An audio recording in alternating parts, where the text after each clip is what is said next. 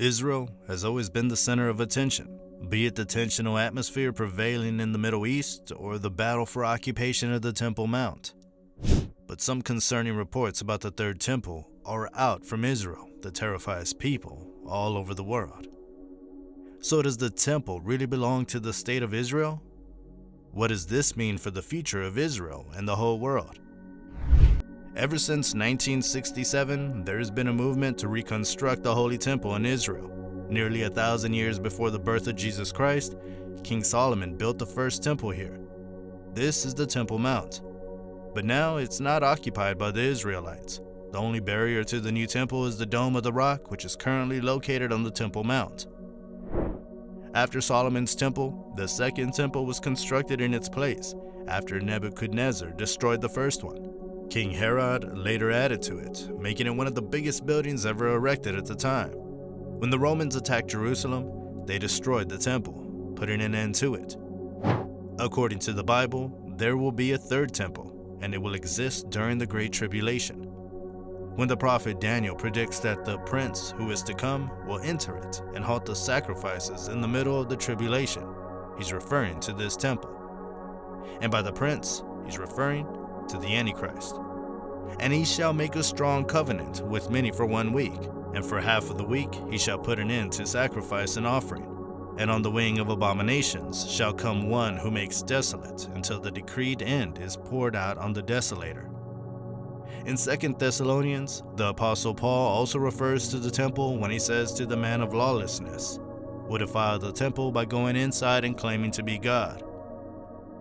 Although modern Israel and a major portion of the Jewish population worldwide are secular, Orthodox Jews do not think these people will be involved in the temple's reconstruction, because the building of the Holy Temple is a spiritual undertaking. The Sanhedrin that oversaw the halachic matters relating to the temple was restored by Orthodox Jews, who also want to see the temple rebuilt properly. The existence of a temple was officially denied by the Islamic authorities. However, recent events that helped the temple movement's objectives to move forward and led to the realization of the temple's reconstruction in our lifetime. Archaeologists uncovered in decades-old research that the Al-Aqsa Mosque, which Muslims believe was constructed by Abraham, was originally a venue for Jewish ritual preparation for entering the temple. This proves the claim that a Jewish temple ever existed on the site. The report by British archaeologist Robert Hamilton provided proof of this. He had recorded excavations of the mosque's foundations following its destruction in an earthquake in 1927. He uncovered the ruins of a Jewish mikveh, which is the ritual pool used for cleansing, beneath the mosque's floor. Jews used to immerse at this location before entering the temple grounds during the Second Temple period, according to the ancient text. But at the same time, Christians are getting the worst oppression of times in Israel. The atmosphere for Christians in the country where Christianity originated has gotten worse these days. The region's 2,000-year-old Christian community has come under increasing attacks, as the government has given extremists more license to harass clergy and destroy religious property. Christians are being persecuted at the place of origin of their faith. We're living in a time that is safer than ever to be a sincere believer in God. Then why did the Jews unleash an attack upon Christians these days? Is this a sign of the end times? In the bustling old city, hostility towards minority Christians is nothing new. From the New Testament days, believers were tortured daily for their beliefs.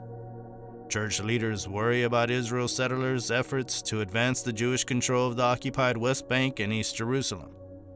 The Israeli government even plans to establish a national park on the Mount of Olives, posing a threat to the presence of Christians in the holy city. While these actions have stirred fury through the Holy Land and beyond, the majority of top Israeli politicians have remained silent on the vandalism. Following the pressure from furious American evangelical Christians, Israel Prime Minister Netanyahu vowed to stop the law that criminalizes sharing the gospel from passing. Evangelicals are the greatest supporters of Israel and see the Jewish state as the accomplishment of a biblical prophecy. The Mount of Olives has a dozen medieval churches. At the same time, it's a famous pilgrimage site. Officials in Jerusalem have confirmed that the controversial zoning plan for the Mount of Olives is still moving forward. So the Christian leaders worry that the park will slow their expansion and its negative effect on their territory. We're living in a time when most places do not experience violent persecution of God's people. In many parts of the world, it can be safer than ever to be a sincere believer in God. But even the first world country of Israel, where Christianity originated, has started showing signs of persecution of Christians. And in the upcoming years, that will drastically increase. Hatred for sincere Christians will rise as deceit and lawlessness rise, just as Jesus predicted. Matthew chapter 24 verses 9 through 14 reads, "Then you'll be handed over to the persecuted and put to death, and you'll be hated by all nations because of me. At that time many will turn away from the faith and will betray and hate each other, and many false prophets will appear and deceive many people. Because of the increase of wickedness, the love of most will grow cold, but he who stands firm to the end will be saved. And this gospel of the kingdom will be preached in the whole world as a testimony to all nations, and then the end will come." We are nearer than ever to the end times. All the prophecies have been fulfilled, and now it's time to wait for the third holy temple. Many of the current third temple preparations, such as the worship objects and priestly clothes to be worn by the Levites during temple rituals, have already been finished. To carry out their responsibilities of worship and sacrifice in the temple, more than 500 young Jewish men who are descended from the tribe of Levi have been trained as temple priests. But the red heifer, or para aduma, is necessary for the temple service to start. Now word has come from Israel that a spotless red heifer has been born. What's a red heifer? The red heifer is first mentioned in the book of Numbers when God speaks to Moses and Aaron. There is the ritual law that God has commanded. Instruct the Israelite people to bring you a red cow without blemish, in which there is no defect, and on which no yoke has been laid. According to the Torah, a red heifer was delivered to Eleazar the priest, the son of Aaron. He prepared its ashes for the holy ceremony. The Talmud states that from that time until the destruction of the first temple, the ashes were utilized. A cow must fulfill certain criteria to be considered a red heifer for this holy purpose of purification, just as stated in Numbers chapter 19 and the text of the oral tradition of the Talmud. The color of the red heifer must be flawlessly red. 2 hairs of any other color, even one, will nullify the claim. Its hooves must also be red.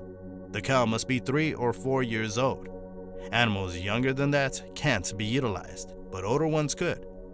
Any type of flaw or imperfection, whether internal or visible, must be absent, and it must never have been subjected to a yoke or used for any kind of physical labor.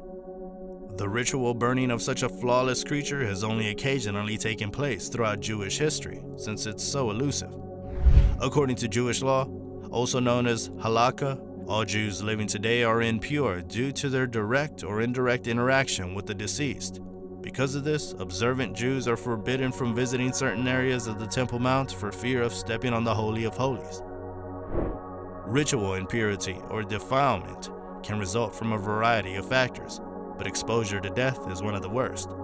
One was not allowed to take part in communal or temple worship during this 7-day period of uncleanness. According to the rabbis, the Jews can gain purity by only being sprinkled with the ashes of a red heifer, combined with water usually collected from the pool of Siloam. The red heifer is associated with the end times and the impending false messianic era. When he prophesied about the rebuilt third temple, the prophet Ezekiel also mentioned that these waters of purification were connected with the reassembly of Israel. So it's only a matter of time before the news of a new Messiah arrives from Israel.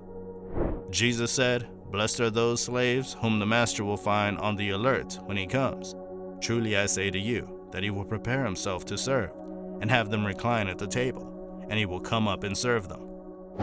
So the only question is, are you ready for the end times? Let us know in the comments. Don't forget to like this video and subscribe to our channel if you haven't already. Thank you for watching. We'll see you guys soon.